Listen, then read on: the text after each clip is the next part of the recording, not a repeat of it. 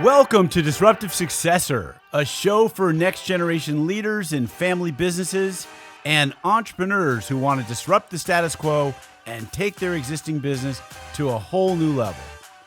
We all know that what got us here isn't going to get us there. This show will provide inspiration, advice, and resources to help you create massive impact.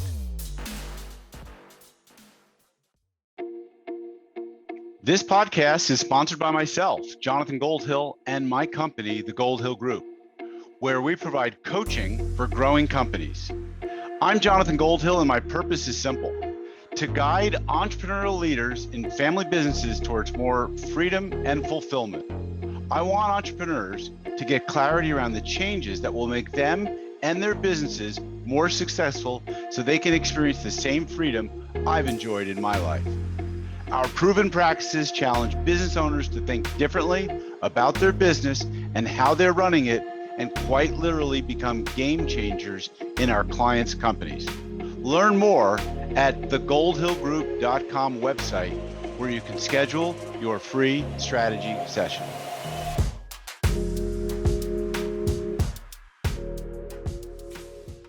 Hi, Jonathan Goldhill here. Welcome back to another episode of the Disruptive Successor Show. Today I have two guests on my show. They are brothers and co-presidents of a fourth-generation, 111-year-old firm based out of the Boston, Massachusetts area, Grossman Marketing Group. They will tell you about it in a moment. I met one of the speakers through another podcast called The Family of Business.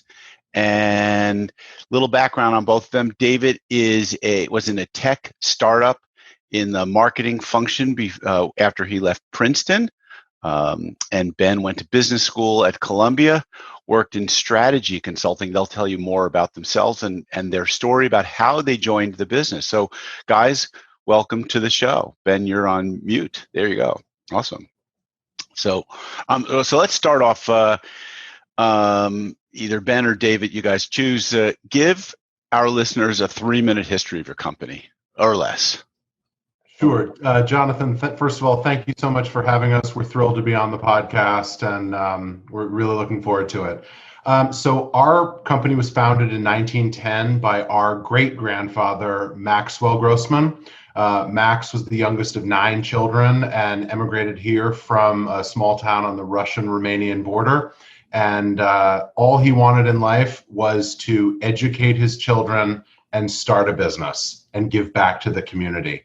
And so he was forced to leave school after the 6th grade. He shined shoes on the East Boston Ferry and then delivered envelopes as a boy. And as he observed the envelope business, he realized that he thought he could do it better. So he started Massachusetts Envelope Company as a young man and grew Massachusetts Envelope Company into a significant player in the Northeast for envelopes.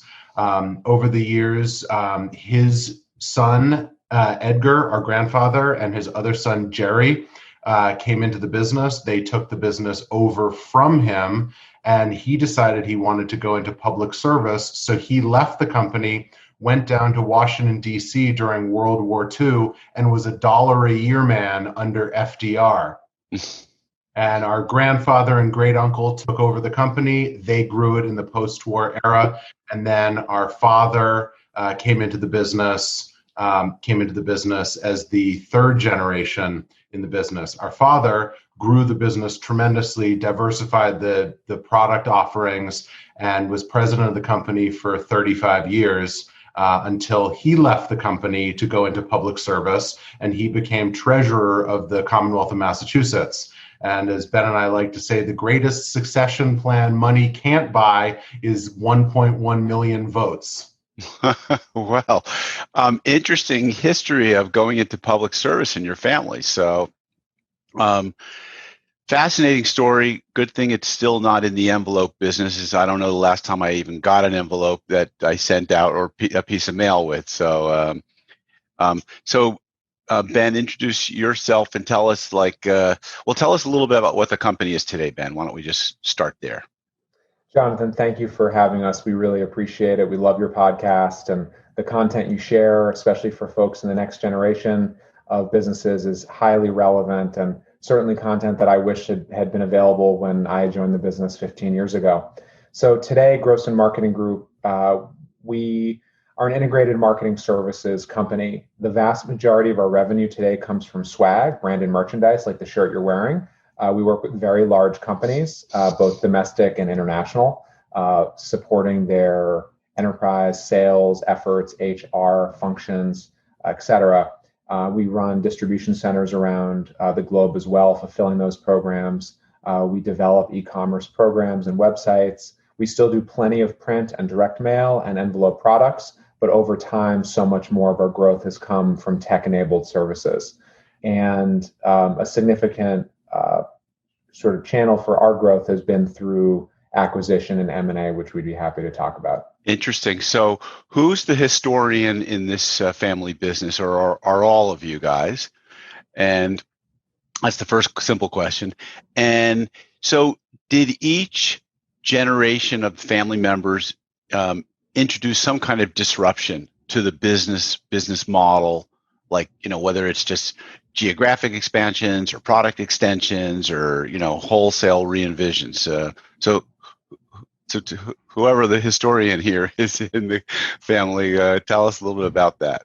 Sure. So we neither of us are truly the family historians. The family historian title goes to our aunt, Mary Ellen Grossman, who currently serves as the treasurer of the company, but we'll do the best we can.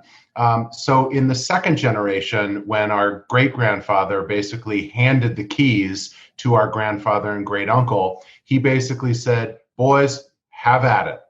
And Edgar and Jerry had a very good partnership. They called themselves Mr. Outside and Mr. Inside. Naturally. So basically, our Uncle Jerry would go out and would bring back a briefcase full of orders and would dump it out on our grandfather Edgar's desk, and Edgar would price everything, would get everything in the works and get everything moving. So they were really focused on growing the envelope business, and they did an incredible job, to the point where Massachusetts Envelope Company was the largest envelope company in certainly in Massachusetts, if not in New England.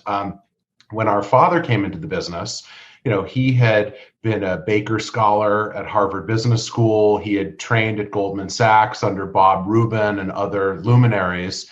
And he came into the business really looking at how he could take the already strong foundation and supercharge it. So he basically focused both on geographic diversification and on product diversification. So he almost immediately upon coming on board, he acquired three smaller envelope companies out of Connecticut, rolled them all into one, and turned it into General Business Envelope, which was the largest envelope company in Connecticut and became a huge profit center for the company. He then recognized all the way back in the 90s that envelopes were a mature business, and that if we wanted to survive and continue to grow, he would have to add on goods and services. So he bought a printing company, another printing company, a graphic design studio to sort of further position us upstream along the deliverables. And he grew the business that way, to the point where it was interesting to me to consider coming into the business, whereas it had never been interesting to me to think of coming in and selling envelopes. Right, of course. So, and then Ben, I know when you joined, you brought some of your background and interest in M&A work, and you were just alluded to it a moment ago. You've made a number of acquisitions since joining the business. That's a big part of the growth of the business today, isn't it? Yes, so we've had sort of twin sources of growth, both organic, just natural expansion of our brand and merchandise business. But a couple years into my tenure at the business, we made a significant investment in an e-commerce services company, and that's been a huge source of growth. And at the end of the day, in 2021, every company is a technology company. We believe that through and through. We just made a significant investment internally and hired a new chief technology officer, because we feel like if you're not focusing on technology and adapting to technological changes in your organization, you will get left behind. In addition to the technology investment, yes, we have made a number of other acquisitions or strategic investments in other companies. So we've done about 10 deals in the last 10 years that we'd be happy to go into. And I will make one correction on the historical timeline that David shared. And I have to be careful. He's my big brother and my older brother. Right. But he referred to Jerry as Mr. Outside and Edgar as Mr. Inside. And it was actually the opposite. Edgar was Mr. Outside. Our grandfather, Edgar, prided himself on being an amazing salesman, and customer service has been sort of the North Star of our business since its founding. And we really learned so many lessons about that from our grandfather, Edgar, of blessed memory. Duly noted. And we'll talk about your guys' role because you are co-presidents. And it's so common in a family business that someone either owns the outside, someone owns the inside, or someone owns finance, someone else owns marketing. And we're not big on titles in family businesses, but we sort of have to put them in place so that other people can understand, okay, well, who do we go to for what? So you guys are both like Ivy League educated.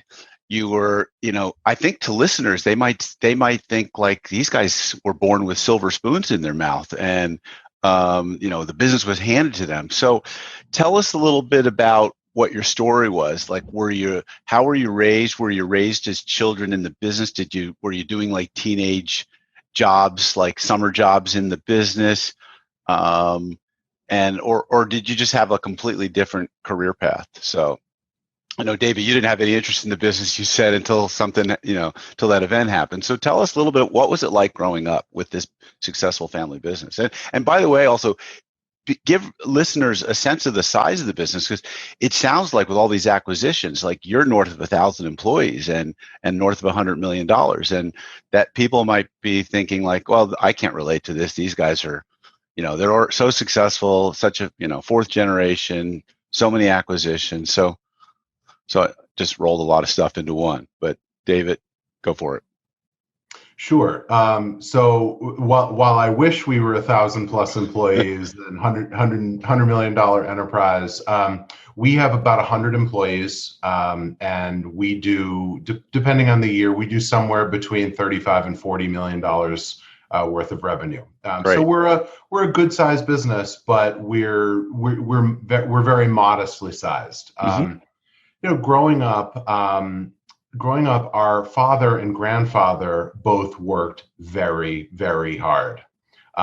Every Saturday morning, they would both be in the office. They would be writing up orders and quotes and getting them scheduled and all of that. And often Ben and I would be brought into the office with our dad. And some of my earliest memories are actually of me. And you see me now, I'm 6.5 feet tall and 250 pounds.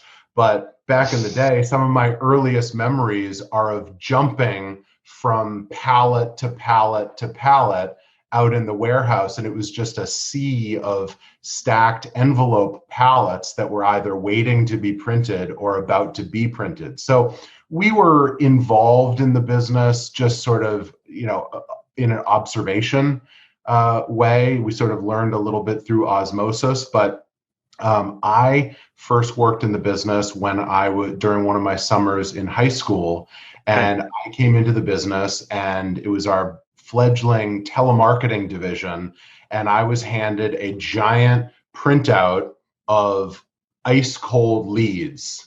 And it was my job for the entire summer to go down and qualify those leads. Oh boy. And hand them off to actual salespeople to capitalize on those leads. It was mind-numbing work, but it also gave me an incredible appreciation for what it means to sit at your desk all day long from 8 a.m. to 5 p.m. and have a half hour for lunch. And so I think it was an invaluable experience, but in no way, shape, or form were Ben and I working in the business every summer growing up. You were not. We were not. Right.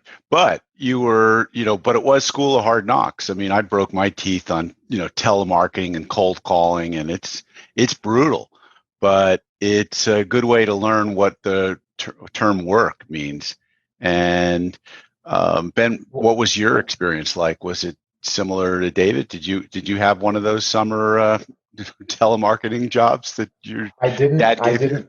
I didn't have one of the summer telemarketing jobs, but I helped out at different times and administrative work and helping at the switchboard and some other tasks. But what I do remember and what sticks out at me from growing up and our childhood are some of the lessons that we learned from our grandfather and from our dad and other family members, specifically around the importance of never letting business get in the way of sound and strong family relationships. And a significant cautionary tale up here in the Boston area in the late 80s and early 90s was Legal Seafood. The Berkowitz family, very successful company, much bigger than us, wonderful restaurant chain, significant wholesale business as well. But basically, the patriarch of the family pitted his two sons against each other, chose one of the brothers to take over, one of his sons to take over the business, and essentially toss the other one out. And it was covered deeply by the Boston Globe. And I remember sitting with our father, and he had torn out these articles about the story, and he had sat down with the two of us and explained how, as important as business is, we can never ever let something like this happen to our family, because no matter what, family is the most important thing. Well, Ben, I think when you guys get a pause and a break and want to come to Hollywood, we've got a story here with Legal Seafood. It sounds like an episode of Succession, but like real life down, not like fancy Murdoch family kind of parable. So. Yeah, no, and I mean, of course, there are other stories like that too, but those were the lessons that we learned in terms of. And your father really, he did, like, I credit your father and maybe his father's father or parents for creating that family first mindset. Because I think this is probably one of the keys to longevity in any family business is the family unit has to be healthy, has to be as functional as a family can be in order for a family business to survive and make decisions that are for the good of the family. We totally agree. And I mean, realistically, and I'm sorry I spoke over you, David, but I mean, I wouldn't have joined the business out of business school if I hadn't wanted to be in business with my brother, David, and our dad at the time. We have an incredibly strong relationship, and our interests are very much aligned, and we want the same thing. And that's why it works. Gotcha. So briefly, you each had a career prior to coming into this business. You have another brother as well who has a very successful career, I believe, at Goldman Sachs, who decided not to join the business and is making plenty of money in his career. And you guys are working hard at this business. So what was it? What was considered when you guys joined this business? I mean, you probably had discussions around compensation and equity, and those can be thorny issues in a family. I'm sure there's also the thoughts about here's our other brother, and is he being offered the same thing, or like? So roll some of that out, Ben. Ben, maybe you want to start on this one. Roll some of that out for what it was like for you. And maybe David, you can talk about yourself. But if you guys got together and also talked about, hey, what about our other brother here, and what are we doing here?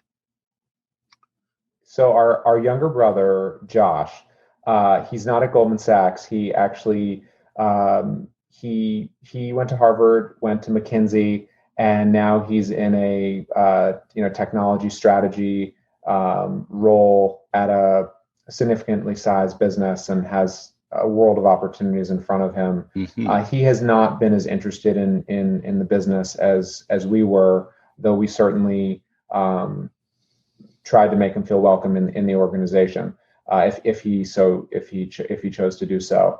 When I was at Columbia Business School, I went into the MBA program thinking that there was a solid chance that I would come into work with our family and join Grossman Marketing Group. And so I tried to look at everything through the lens of how could this learning in this class, how could this project help our company?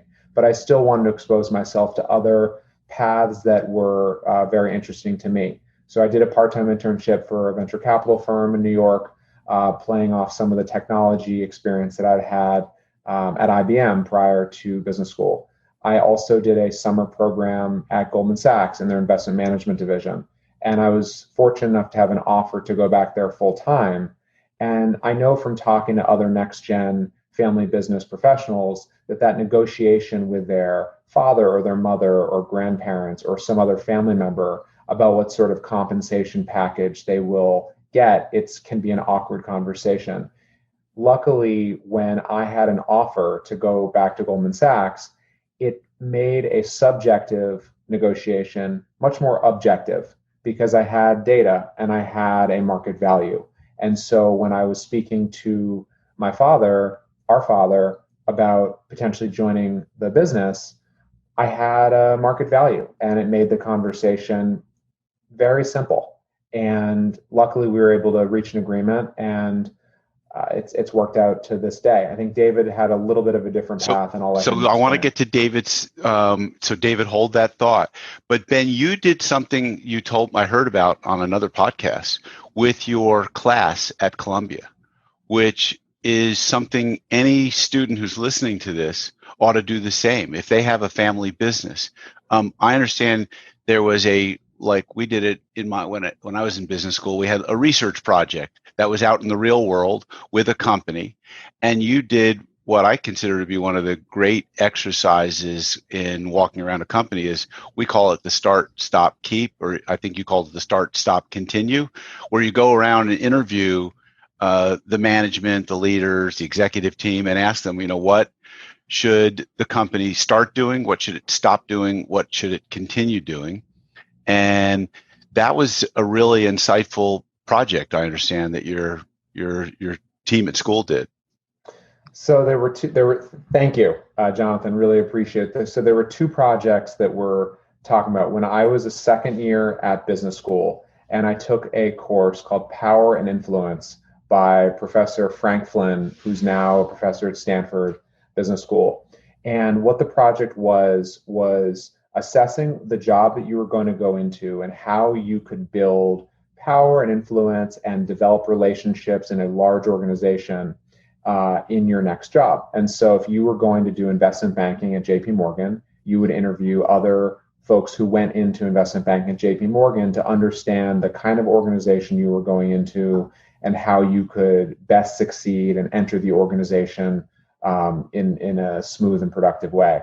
For me, it was a little bit different because I was joining a family business. So for my project, I actually interviewed David, and I also interviewed two other alums of the business school to try to get advice and of how I could properly enter the company and do it right. And so, for example, one of the most impactful pieces of advice I've ever gotten was try to find a way to generate revenue, sales, and gross profit. Why? Because you'll establish your credibility with folks in sales, and folks inside, you will show that you are working to protect their job and the future of the company. And so no better way to establish your credibility than generating sales. 100%. And by the way, in any organization, that's probably one of the best ways, but certainly in a sales and marketing driven organization like your company, that's numero uno. So fantastic. Good Thank find you. there. Yeah. No, and a couple other the key points that were brought up by other family business professionals. One was come in, learn the business cold, because people are going to be watching you as you enter your family business. They want to know how that next generation is going to carry themselves. Are they going to shoot their mouths off, or are they going to be a student of the business? And so that person I spoke with said, learn the business cold, so when you speak up, you are right. Yes. And No then entitlement zone here. well, and related to entitlement was the third sort of key point, the theme that was underscored to me was be really cognizant of how you carry yourself when you enter when you enter the business, how you comport yourself and act with humility. And I try to be someone who acts with humility. But look, David and I have been very fortunate in our lives. We've gotten incredible opportunities, and as you said, privilege. And how do you go into an organization and you try to act with humility, look people in the eye, treat them with respect, show them that you respect what they do and their contributions that got the business to that point at the time, but 95, 96 years, now we're in year 111. So those three sort of themes of generate sales to establish your credibility, learn the business cold so people respect your knowledge of the organization, and three, act with humility. Those helped me enter the business in a very smooth and successful way. I love the humility piece because Pat Lencioni talks about in his book, The Ideal Team Player, the three attributes of any ideal team player is someone who's humble, hungry, and smart, like emotionally smart. And you gentlemen both seem to embrace all three. Nobody wants to see entitled young brats coming up through the business, going back to the Succession sort of HBO miniseries. Nobody wants to see that. All right, David, tell us your side of the, joining the business, the compensation and equity, maybe conversations, or, what was considered in your decision. Sure. So I took a little bit of a different path than Ben. Ben had gone to business school. When I graduated from Princeton, I moved to New York. I was living with my best friends in New York, and I was working in marketing and development, and then working for a tech startup. And I really wasn't happy at the tech startup and was looking for something new. And I called up my dad one day and I said, Dad, I've got the idea. He said, what is it? I said, I want to go to work at Goldman Sachs. There was dead silence on the other end of the phone. I said, Dad, are you there? And he said, David, are you on drugs? I said, what are you talking about? He said, you are so not an investment banker. He said, that's not who you are, and that's not a role that I think you would thrive in. He said, but have you given any thought to the business? I said, what business are you talking about? He said, haha, no, have you given any thought to the business? And I said, no, I haven't given any thought to it. I'm really not interested. He said, okay, well, just think about it. And the more I thought about it, the more I realized that it would be important to me to be the first member of the fourth generation to lead the company into and through its 100th anniversary. So I talked to my fiance at the time, who is now my wife. It said, how would you feel about moving up to Boston? And the rest is history. But I came into the business at age 24. I didn't know anything about the business as it was constituted at the time. So my father said, all right, I want you to start out in customer service. When you're in customer service, you will learn the business cold. You'll know how to quote. You'll know how to schedule. You'll know how to interact with the customers and with production and everything. So I started in customer service, and I was very fortunate to have a gentleman who really took me under his wing, and he taught me the printing business cold. And from that point, as I grew in my customer service role and obviously had an affinity for it, my father said, gee, you should try sales. So I moved into sales, and I was a very successful salesperson. And I think it was really because my colleague Mike had taken me under his wing and had really taught me the ins and outs of the printing business. So when I got in front of a customer to talk to them about a project, I actually knew what I was talking about. From a compensation standpoint, because I came in at 24 years old with no experience in the business, I was at the absolute bottom of the compensation scale. So we have a compensation scale, and I was literally at the bottom of it. Must be tough for a Princeton grad to come into a customer service job making, a pretty low wage compared to what you're, college grad friends were making in New York City, no less. Yeah, for sure. I mean, my friends who were investment bankers and management consultants, they were making significantly more money than I was, but it was fascinating to me, and it was really interesting. I mean, here I was working side by side with people who I had known for my entire life, but standing on my own 2 feet. I wasn't just, oh, here's David, we're going to go out and get a sandwich together at lunch. But it was, wow, here's David. He's a fantastic salesperson. He's a fantastic customer service person, and he's clearly going to be the future of this business. And that was really meaningful to me. From a compensation standpoint, sort of compensation growth and advocacy standpoint, it was not always easy to get my father, because at the end of the day, my father was the one who decided what my compensation was going to look like for the next year. And it was not always easy getting him to agree to the compensation increases that I thought I should be getting. So that's why being a successful salesperson is really important, because I could go to him with my sales figures and say, gosh, if I were a commissioned salesperson, I would be bringing home this, which is 50% more than I'm making right now. So I would like you to reconsider my compensation. Gotcha. So it was not always easy to negotiate that, but I always sort of had my eye on the prize that if I did what I was supposed to do, I would end up getting equity in the company, and that really was. Yeah. Sorry. Go ahead. And that really was what I wanted. So 4 years into the process, I sat down at breakfast with my dad, and I had gone through a whole exercise of speaking with our tax advisors and our estate planning attorneys and establishing what my parents' lifetime gift tax exemption was, how much had been used thus far, therefore, how much could they allocate towards a transfer of equity to me and still have an equitable amount for my brother Ben if he was coming into the business, and then also take into consideration our brother Josh at some point in the future. So I worked with those advisors, and I came up with a memo that outlined a transfer of equity to get me to a certain percentage point that I knew my father would be comfortable with. And he looked at it, and I could tell he was sort of surprised that I had put so much thought into it.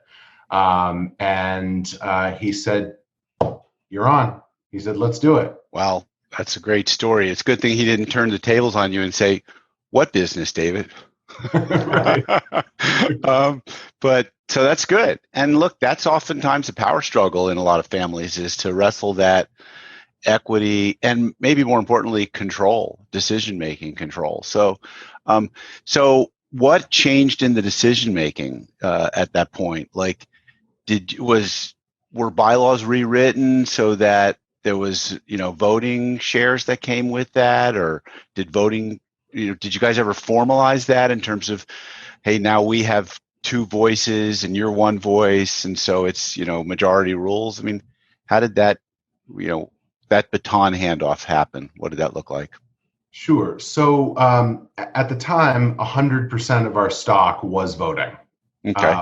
So we basically had voting in direct percentage to our ownership. To the ownership. Okay. So it wasn't something where if Ben and I ganged up on our father, we could override him. We've always had, and I think it's been, whether it was with our dad and the two of us, or now with the two of us, we always look at each other and say, who is this most important to? And what is driving the decision? And if somebody else who is at the table to make a decision really feels strongly about something, we don't let it get contentious ever. I mean, Ben and I have been running this company now, the two of us, for 11 years. We have never had an argument about a decision that one of us was in favor of and one of us wasn't. We always sit down, look at each other in the eye and say, all right, why do you feel this way? Tell me why you feel this way. I'm going to tell you why I feel this way. And we've always managed to work it out, because we know, as Ben mentioned before, we want our interests to always be aligned, because that is the sacrosanct principle that our family has always operated from in this business. Well, I mean, it's so great to hear that. I don't know why I always attract the healthy, functional families. It's the unhealthy, dysfunctional families are so difficult to deal with. I will be talking about that in my next podcast with a family that had unhealthy, dysfunctional decision making. So you guys don't really have any stress, or not stress. You don't have conflict that you can't get through that's contentious, and there isn't this artificial harmony where it's fake, where we just stuff is left undiscussed. So many people have probably challenged you in the past, guys like myself, for being co-presidents of an organization and saying, how can you do that? And so how do you guys do it? Is it, one person's outside, one person's inside? Is it, Ben, you're more on the financial transaction, M&A deals, and David, you're more on customer facing type, and production stuff. I mean, how does that work? Ben, you want to address that? Thank you. It works because our skills are very complementary. At the base of it, David and I, our focus is on the same thing. We are completely aligned in that we want to build a strong business, have flexibility to be able to be present in our kids' lives and our families' lives, and give something back to the community and create an environment in the organization where we try to create a safe space for people, where we have people's backs, where we want to provide people pathways to career development and pathways to feeling like they can be their true selves. That's really important to us. And so for us, for David and I would not have joined the business 15 years ago if I didn't feel like we would have alignment long term. We've always been very close. And look, we give credit to our parents and to our grandparents and to other members of the family for teaching us the right values. So that certainly helped. But in terms of handling our day-to-day jobs, it is a sales-driven organization. We both are responsible for business development and sales as well. But in addition, we focus on different things. So I generally manage the M&A process. So, sourcing transactions and doing the financial analysis in partnership with David. I mean, David's part of all those conversations, he reviews all of the numbers. I generally bring him the numbers that I analyze with our CFO, and then come to him with sort of my thoughts and want to get his way, him to weigh in and buy in and have him do a sanity check, because David, again, sees things through a different lens. I tend to be a little bit more involved in some of the technology facets of our business, whereas David tends to be a little more creative, a little more hands-on. He rose up through the client service ranks. So generally the creative studio of the business, the client service delivery pieces of the business, all sort of more reported into David. So, but at the base of it, we still are responsible for, keeping the revenue strong and the business going. It was interesting when we took over the business from our dad. So when he decided to run for state treasurer of Massachusetts the election was 2010, but he decided to run in 2009. And he took a step back at the beginning of 2010 and became chairman. And David and I became co-presidents of the business. Mm. And then once he was elected, and David said, got over 1 million votes, and I think it was actually 1.2 million votes. And he was elected with, bipartisan support. And he wanted to take his knowledge of being a small businessman and try to bring his talents to helping the Commonwealth of Massachusetts during the greatest financial crisis since the Great Depression. David and I wanted to build an environment at our company where different viewpoints were welcome. And so what we did, Jonathan, you alluded to that start, stop, continue process that we embarked on.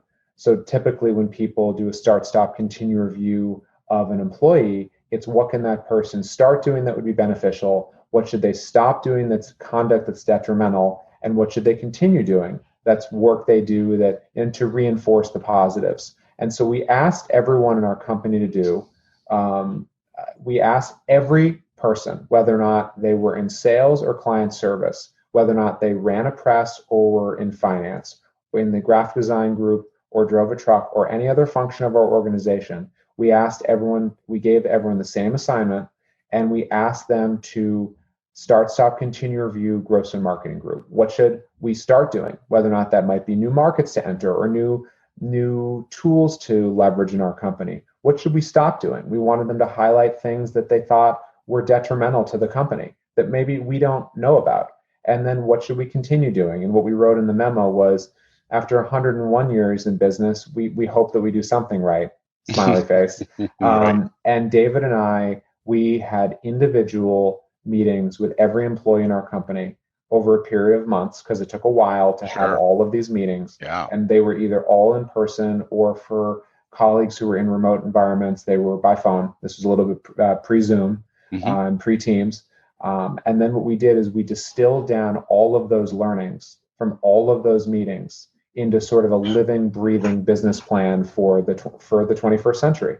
And what we told everyone, these were 3 people meetings. It was David and I, and then a colleague, that anything they said in the meeting would be confidential, that it would never be attributed to them what they were saying, that we would take action on what they were sharing with us, but we would never quote them directly.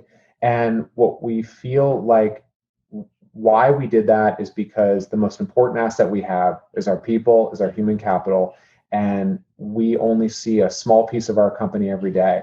And we wanted to learn from them because we needed to be good listeners. And in addition, we wanted to make sure that our colleagues felt like we saw them as individuals, we respected their opinion, and that we were actually going to take action. And so what we tried to do out of that is try to identify low-hanging fruit to take action and iterate quickly, to show that the process was fruitful for people, that it was worth their time. And then some of those decisions brought us to new markets to enter, or potential acquisitions to go after, marketing initiatives to conduct for our company, things to potentially jettison or stop doing in our company.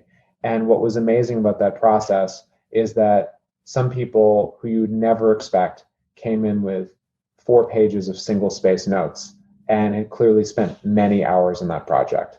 I think that's such a valuable project, and thank you for sharing that exercise in depth with listeners, because this is something I'd recommend for any company at a right point in time to implement this exercise.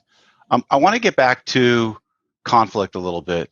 I know we're running short on time, but I think it's something that's really important. And, we talk as business coaches about developing a healthy team first. And you guys have done an amazing job at that.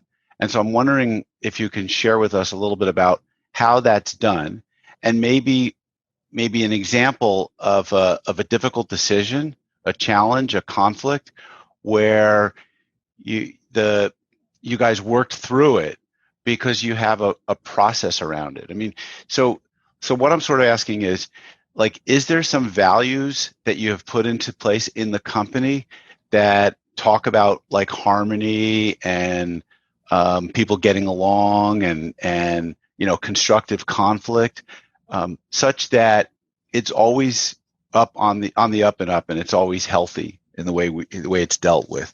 Like, maybe there's a difficult decision that you guys recently dealt with, and you were challenged to figure out how are we going to work through this, but you have some sort of guardrails around how we do that. Any thoughts on that? Maybe it ties into your core values that you put in place. So that's a complicated question. I mean, when David and I, we've never had an argument in 10 years. There might be things that we potentially disagree about. And what we try to do is take a step back and understand what's the perspective of that other person, What are they thinking about? What are their priorities? Let's, when we're running around And that's a powerful framework, by the way, right there. Right. And we put work yourself in the other person's shoes. Where are they coming from? Who is the most important person in the room? What'd you say, David? Who is this most important to, either in the room or, that should be involved in this conversation? And what is their perspective on it, or what might be their perspective on it? So what we try to do is we try to take a step back and understand what's going on. What is the situation that we're looking at? Why are we disagreeing? How are we going to handle this? And for some folks, we definitely recommend that they work with a third-party advisor for these, especially if they get to a potential impasse or a situation where they really can't get aligned. Luckily, David and I have never had that situation. We generally are able to work it out internally. And early on, when we first became co-presidents, there were a few situations where a few colleagues tried to kind of play us off each other. They asked us about something. Maybe I gave one answer, and then they went to David and almost tried to, it's almost like how kids go to parents. Absolutely. Drive a wedge between the two of them, divide and separate, and, conquer. Right. And power play. So our setup before we went largely remote due to COVID, I am in our father's old office, which was our great uncle Jerry's old office. And David is in our grandfather Edgar's old office. And they're next to each other. And there is a cutout sliding glass window between the two offices. And when we were in the same office, in the same building, we would yell back and forth at each other dozens of times a day. And so we tried, although we see things differently and we operate differently, we tried almost to have like a mind meld where we were on the same page and fully aware of what was going on. And again, little decisions we would just do. We wouldn't have to consult the other. But big decisions, we have to be unanimous.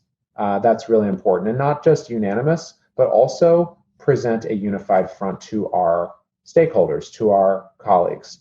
And that if we disagree, that is handled internally. And that once we come to an agreement on what we are actually going to do in those hard decisions, whether or not it's a personnel decision or resource allocation decision or some other challenging situation, we only present one opinion from us, and we speak as we, not I. And that is critical to being successful co-leaders of an organization. Co-leadership can be really challenging for certain organizations, and it's not recommended for all. Luckily, David and I complement each other well when we have different skill sets, and we try to play to each other's strengths so that we maximize the value that each of us can bring to the organization. And it's not just maximize harmony, but create a better environment for our organization. David is much stronger at certain things than I am, and there are certain things that I do that may play to my strengths, and it all works out well. Okay, David. And the important thing, and this is sort of something that not everybody believes, but Ben and I have absolutely zero sibling rivalry. There is none. There is no sibling rivalry. Frankly, Ben's victories are my victories. My victories are Ben's victories. When Ben wins a great new client that's going to bring revenue into this business, it doesn't make me feel smaller. It makes me feel bigger because it's for the benefit of the organization. Similarly, if I have a big client win, it makes Ben feel great because he knows that we're both working towards the same end. And I think the co-presidency or the co-leadership of an organization only works without sibling rivalry. Because even if you can delineate roles and responsibilities, if there is sibling rivalry, if people are going to be made to feel small by the other co-leaders' accomplishments, it will never work. Well, I think we're going to end on that note. I was going to take you guys through my lightning round of my 7 Ps to see which ones you guys had in place. Those are purpose, plan, products, people, process, priorities, and performance. I know you guys probably have most of this in place. Do you have, we'll go with one question. Have you established a purpose, a why in your business? And is it widely communicated to everyone in the company? I wouldn't say that we have one purpose, but I mean, I'll start and David can finish and edit what I said. But for us, from a client perspective, it's sort of about service and innovation. But really, at the end of the day, it's all about listening, and it's listening to the marketplace, and it's listening to our customers, and it's listening to our colleagues. And we're not perfect. I mean, we certainly make mistakes, and we certainly, there are situations where we might not handle HR situations correctly or a customer situation correctly.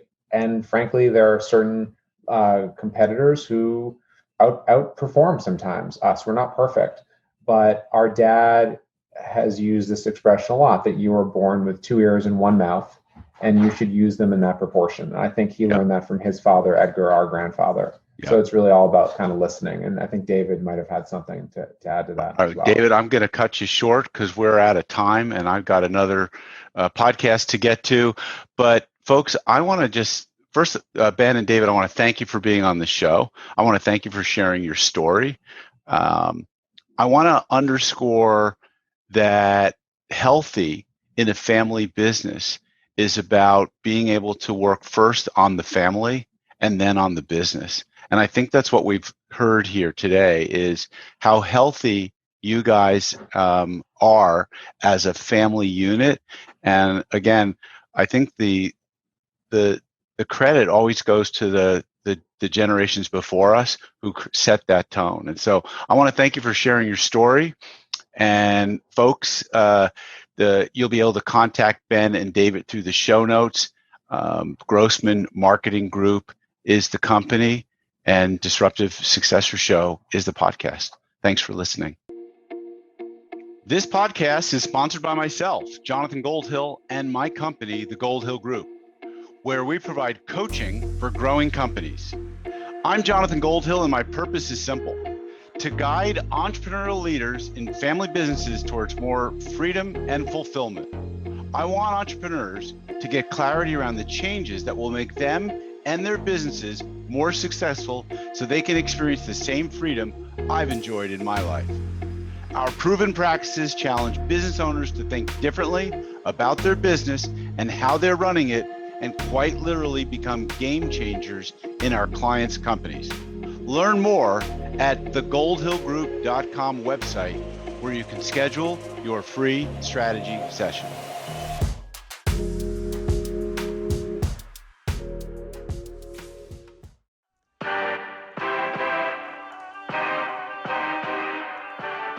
Thank you for joining us on the Disruptive Successor podcast.